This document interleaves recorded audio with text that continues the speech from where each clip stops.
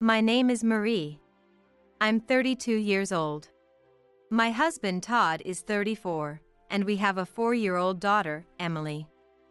We live a modest but happy life together.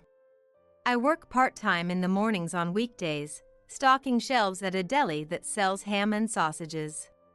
I often heard from colleagues that mom friends, groups formed just because our kids are in the same preschool class, are really hit or miss. And boy, did I get a bad one. Emily's preschool has an after-school club for activities. I enrolled her in gymnastics. In gymnastics, Emily became friends with a boy named Jake and a girl named Rachel. One of them, Jake's mom, turned out to be incredibly competitive. The preschool only has 2 parking spaces, and we're told, please don't come by car for pickup as these are for guests. Everyone usually uses the nearby metered parking. But she shows up in a bright red Porsche and parks there anyway. Rachel's mom gently reminds her, "That spot is for guests." But she snaps back, "How scary the common folks are. What if someone scratches my Porsche out of jealousy? Would you pay for it? How scary the common folks are. What if someone scratches my Porsche out of jealousy? Would you pay for it?" The word common left Rachel's mom and me speechless. One cold winter day, Emily and I were walking home from preschool and came across a dog tied unnaturally to a fence. As we got closer, we saw it was very thin and malnourished. A large stone was placed on a cardboard piece at its feet, with "Please take me" written in marker. "Look, a puppy," Emily said, squatting down to pet the shivering dog. I've always loved animals, so we couldn't just leave it there. And that's how we ended up with a new family member. At first, the puppy was very thin, but with no major health issues and a good appetite, it quickly became a fluffy furball. She named him Max. One day, my daughter said, "I want to show Max to Jake and Rachel." Of course, she wanted to show her friends the dog. Yeah, that's a natural thing to want. But this meant Jake's mom would come too. While I was reluctant about dealing with her, I didn't want to drag the kids into adult issues. So, Jake and his mom were invited too. On the day, Rachel and her mom arrived first, and Rachel happily petted Max, saying, "He's so fluffy." Max nuzzled up to her. Watching this, Rachel's mom asked, "Jake and his mom are coming today, is that all right?" It was a strange question, but I understood. Since the common incident, Rachel's mom and I had both found Jake's mom difficult to deal with. We ended up sharing some of our frustrations. Apparently, Jake's dad is an elite at a brokerage firm. But that doesn't mean Jake's mom is any more special, does it? Rachel's mom grumbled. Rachel's mom grumbled. She was absolutely right. If she can't put her Porsche in metered parking, then she shouldn't drive it. It's a nuisance for the preschool too. We were saying when I saw that red Porsche park in front of my house through the curtains. I went outside to greet them. "Hello." Jake's mom greeted with a bow. Or rather, she inclined her head. It was more like a nod than a bow. And her greeting carried an air of condescension. As usual, she was dressed in clothes that matched her Porsche's brand prestige, holding a package from a high-end cake shop. "Jake, come on in." Emily and Rachel peeked out. "Excuse me." Jake ran past his mother to join Emily and Rachel, and the 3 hugged happily. "Please, come in too," I said to Jake's mom. But as she stepped inside and saw Max wandering around, she said, "Wow, you live in a doghouse together? Huh?" At first, I didn't understand and asked her to repeat it. Rachel's mom looked just as shocked. "Well, isn't it too small for people to live in?" She continued. What? Our place is about the same size." Rachel's mom quickly interjected to cover up the awkwardness. It was obviously a dig. Jake's mom was clearly trying to one-up us. Rachel's mom and I were taken aback by her directness. But Jake's mom didn't pick up on the uncomfortable atmosphere and continued boasting. Well, our place is 3 times the size of this doghouse. And we have a vacation home in California. A vacation home. Rachel's mom and I were speechless. The scale was beyond anything we could respond to. And Jake's mom sat down and scanned the living room with a superior air, her gaze ending on the view of the gate. You don't even have a yard? How can you say you love your dog without a yard or a dog run? A dog run. If it were me, I'd definitely provide a dog run, she said. Rachel's mom and I both felt our faces stiffen. Thanks for having us the other day. The next week, while waiting for the end of gymnastics class, Jake's mom approached me. Oh, it was nothing. Both Rachel's mom and I felt the awkward tension. It was more fun than I thought, but how about playing outside next time instead of in the doghouse? Just the adults. Jake wants to play with the 3 of them again, so maybe we can use the nursery room once in a while, she suggested. We could go to Rachel's house, but it's his doghouse like his Emily's, and our house, you know, we have a lot of valuables. Rachel's mom widened her eyes in shock at hearing this. She looked ready to jump at Jake's mom, but I held her back with one hand. Stay calm. Rachel's mom. How about lunch at Savory? Savory? Rachel's mom and I exchanged looks. Yes, lunch is only $10, so you can afford it if you try, right? Even if you're poor, working in a meat packing job for a month should cover that. I saw you the other day, packing ham at that supermarket with your plastic cap. You didn't notice I bought that ham, did you? Jake's mom sneered. Then the day came. Savory was a high-end French restaurant. In the end, Rachel's dad agreed to watch the kids. I really don't want to go, Rachel's mom and I both exclaimed. But the kids get along so well. Jake is a good kid. So, we reluctantly agreed to endure the outing for the sake of the children.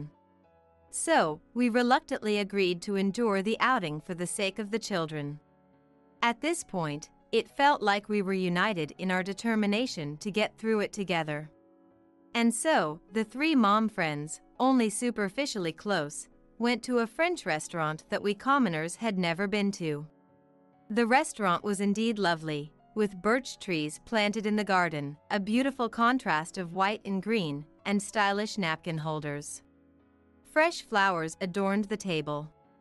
This attention to detail reflects the chef's personality, don't you think? Jake's mom commented. Rachel's mom and I both wanted to question her own personality instead. Still, Jake's mom swirled her wine, inhaled the aroma, and took a sip with a dreamy sigh. Wine at a high-end French restaurant is the best. We don't usually come to places like this. Rachel's mom and I forced a smile. Well, of course not. You both live in doghouses, and Emily's mom works part-time at a meat processing plant. Her blatant rudeness made Rachel's mom and me grimace even more, nearly spilling our wine. That's what happened. I was sealing packs of discounted sausages, venting to my coworker. Wow, you've met quite a character. Didn't I tell you that mom friends groups can be hit or miss? You did, but still. The coworker who had warned me initially was Sophia, 35. My part-time colleague in the meat department. Wait, are you talking about the preschool that's a 5-minute walk from here? Who is this person? I should know their name in case we end up at the same elementary school. I think their last name is Sullivan. Jake's last name is Sullivan. The mom's name is Cora Sullivan, I think. But I doubt we'll end up at the same school. She drives a Porsche from way out of town to drop off her kid. Hey, I want to see this person. Invite her over as a friend. As she placed price stickers on packs, Sophia continued. People who love to show off are always looking for an audience. If you invite her, she'll probably come easily. I'd love to see this treasure with my own eyes. Sophia is a big woman, both tall and broad. She often jokes that she resembles the pig on our store's sign. She used to say, I looked like Jennifer Lopez when I was younger. But she must have put on at least 90 pounds since then. So, I decided to invite Jake's mom the next time I saw her at gymnastics pickup. A friend from work heard that you love French food and would like to hang out this weekend. I suggested. My husband offered to watch the 3 kids, so it would just be adults. Ah, a French cuisine buddy? She laughed, placing the back of her hand over her mouth. A friend from a meat processing plant, huh? She repeated. Sure, why not? She said, looking down at me with a slight tilt of her head. Clearly, she was planning to look down on Sophia too. It was annoying, but I held back my irritation.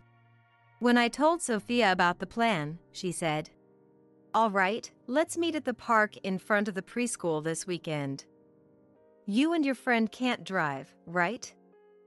I'll give you a ride. Tell that woman to come in her fancy car. Sophia laughed heartily. Jake's mom arrived in her red Porsche, wearing stylish sunglasses and carrying a high-end bag. Hello. Hello. Sophia greeted her energetically. Jake's mom looked a bit surprised. Probably because of her size. Seeing such a large woman step out of a small car must have been quite a shock. Let's get going then. And sorry, but these 2 don't have cars, so I'll be giving them a ride. I'll take you to a top-notch French restaurant. Where exactly? Jake's mom seemed a bit hesitant at how quickly things were moving.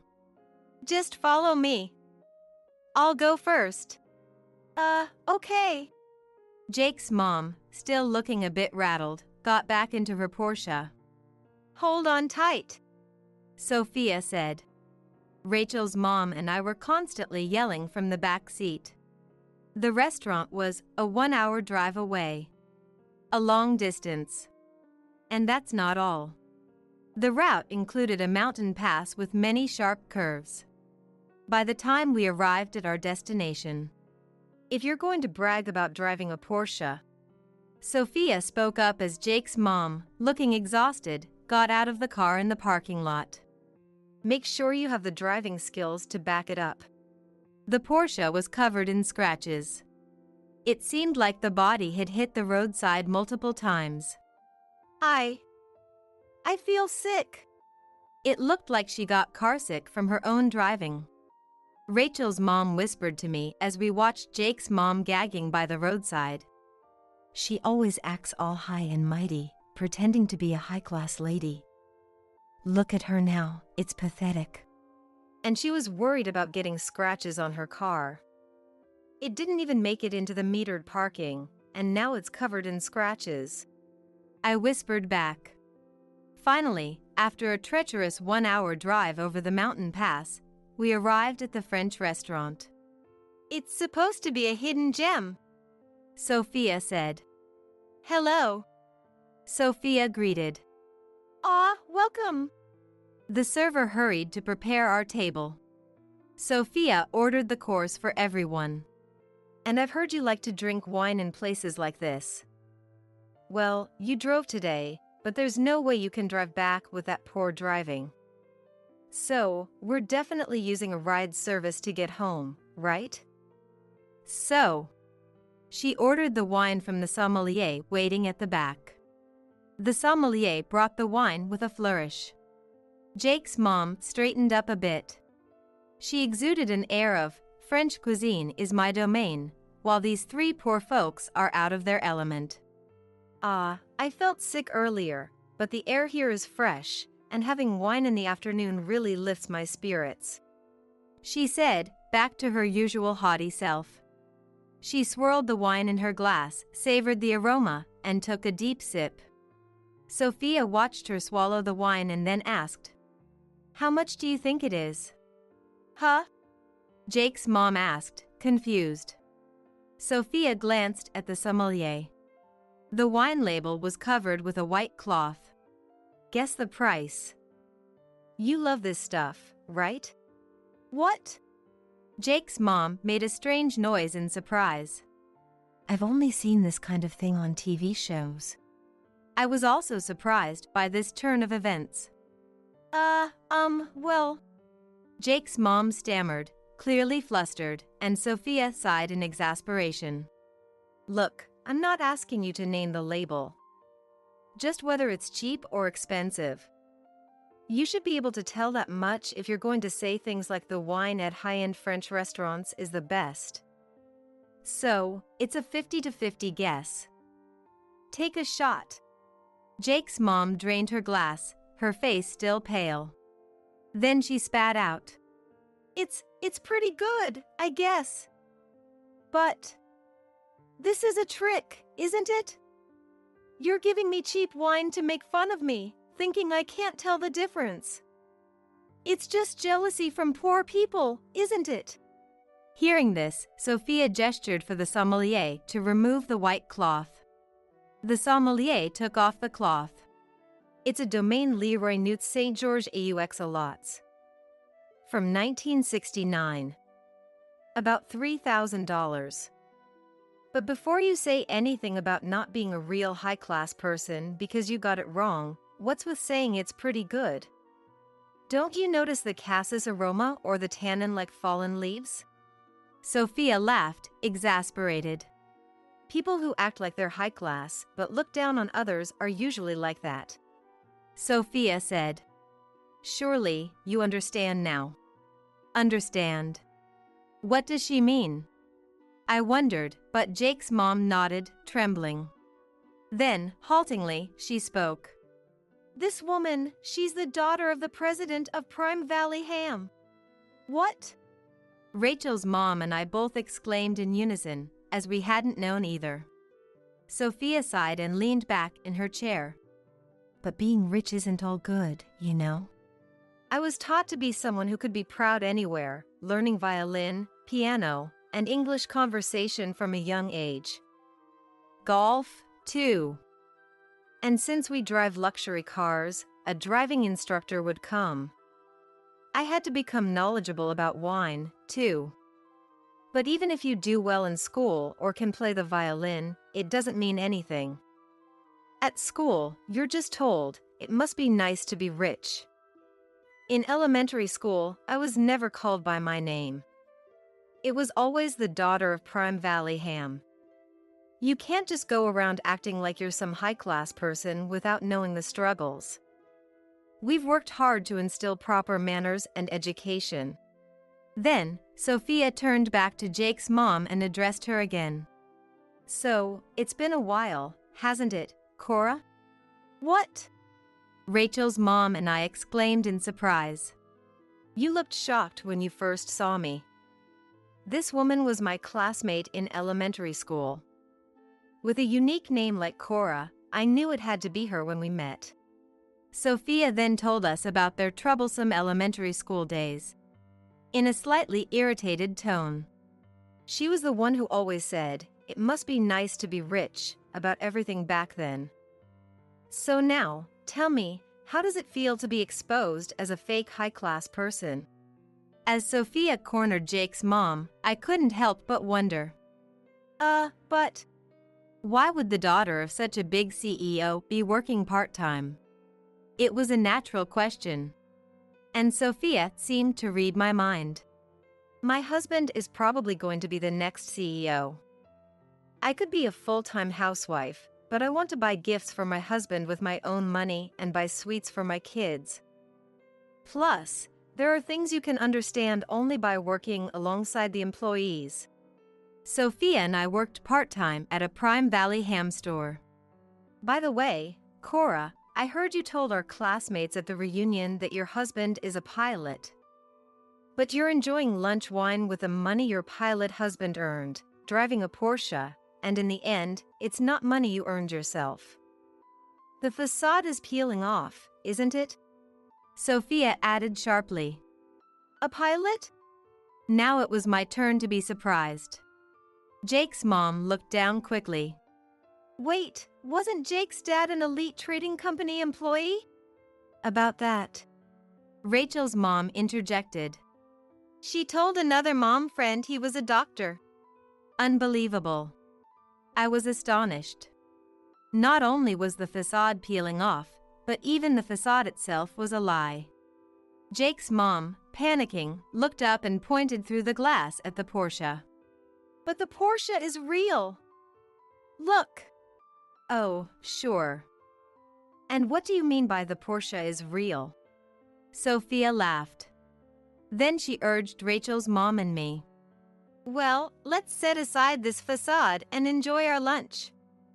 The ham used here is from our company, so it's exceptionally delicious.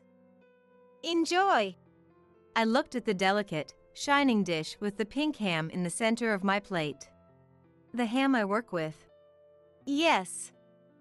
It's served in such high-end restaurants as a reward for your hard work. So, we enjoyed an exquisite lunch. Jake's mom, slumped over and not touching the dishes that kept coming out, probably needed to call a ride service to get home. We left her and returned home in Sophia's car. When we got home, my husband was watching Rachel and our daughter. Where's Jake?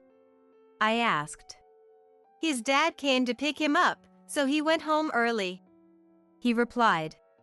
Jake was a good boy. He said his dad is a car doctor and that he wants to be like him someday. He even drew a picture for us. He said, showing us the picture Jake had drawn. Dad's work clothes are so cool. They have lots of car logos on them. Apparently, his dad was a car mechanic. Jake said he saw a cool car at his dad's workplace and wanted it so badly that his dad worked hard to buy it. He said he's going to grow up, marry Rachel and Emily, and drive them around in it. My husband said cheerfully. When Jake's dad came to pick him up, he explained. Cars are my hobby. I work in a job related to cars, but Jake really liked that car, and as a fellow car enthusiast, I understood. So, I decided to buy it. Well, it's used though, he said happily. Cars are my hobby. I work in a job related to cars, but Jake really liked that car, and as a fellow car enthusiast, I understood. So, I decided to buy it. Well, it's used though, he said happily. A year later, Jake, who had been coming to preschool by car from afar, went to a different elementary school. However, Jake and I met again 10 years later in high school. Jake told me that his mom had belittled his dad, calling his job a profession that brings shame and saying, "It's embarrassing that people found out about your job." His dad, proud of his work, got angry and they divorced because of their differing values. When she said all you have is that Porsche, I think anyone in Dad's position would be angry. Mom can't be contacted now. She couldn't get a job and went back to her distant hometown. She used to buy clothes and stuff with credit cards, on installment payments, right? She said there were years' worth of payments left. I wonder if she finished paying it off. Jake said. By the way, when my daughter asked, "Do you have a vacation home?" A vacation home? What's that about? We have Grandma's house, though, he replied. Jake had already decided to go to a technical school for auto mechanics. If you scratch your car, I'll fix it for you, he said, holding a brochure for the school. Well, he didn't end up marrying either my daughter or Rachel, but he still loves cars.